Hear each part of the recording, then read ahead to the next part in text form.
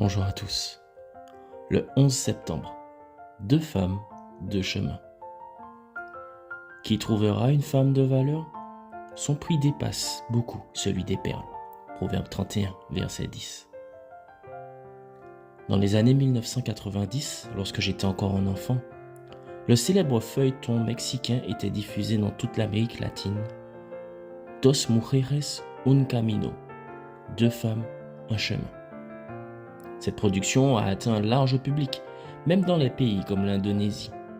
Comme son nom l'indique, ce feuilleton raconte l'histoire d'un homme tiraillé entre deux femmes. Ne t'inquiète pas, je ne vais pas te raconter l'histoire. Mais je pense que nous sommes tous dans la même situation que le protagoniste. Nous devons tous choisir entre deux femmes. Laisse-moi t'expliquer. Dans la Bible, il y a une histoire qui présente également deux femmes, et chacune d'elles symbolise un chemin différent. L'histoire se trouve dans 2 Rois 11. La première femme est Athalie.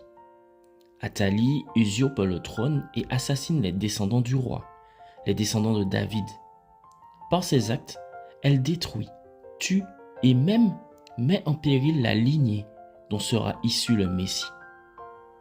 Au milieu de cette situation surgit une deuxième femme.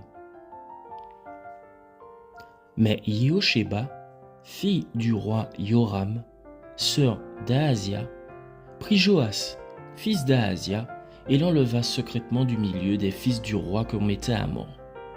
Elle le mit avec sa nourrice dans la chambre d'Élie. On le mit à l'abri des regards d'Athalie et il ne fut pas mis à mort. 2 Rois 11, verset 2. Bien qu'elle ne soit pas la mère biologique de Joas, Yehosheba fait preuve de compassion.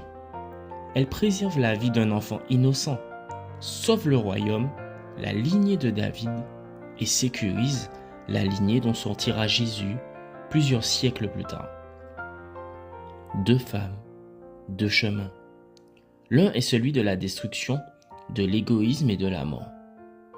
Tous ceux qui empruntent ce chemin donnent la priorité à ce qui est le mieux pour moi, même si cela signifie la mort ou le malheur de quelqu'un d'autre. L'autre chemin est celui qu'ont parcouru Yehosheba, Jésus et tous ceux qui le prennent recherchent le bénéfice des autres plutôt que le leur. Voir Philippiens 2, verset 4.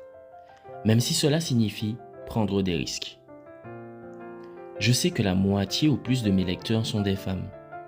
Alors je te le demande aujourd'hui. Quel genre de femme seras-tu?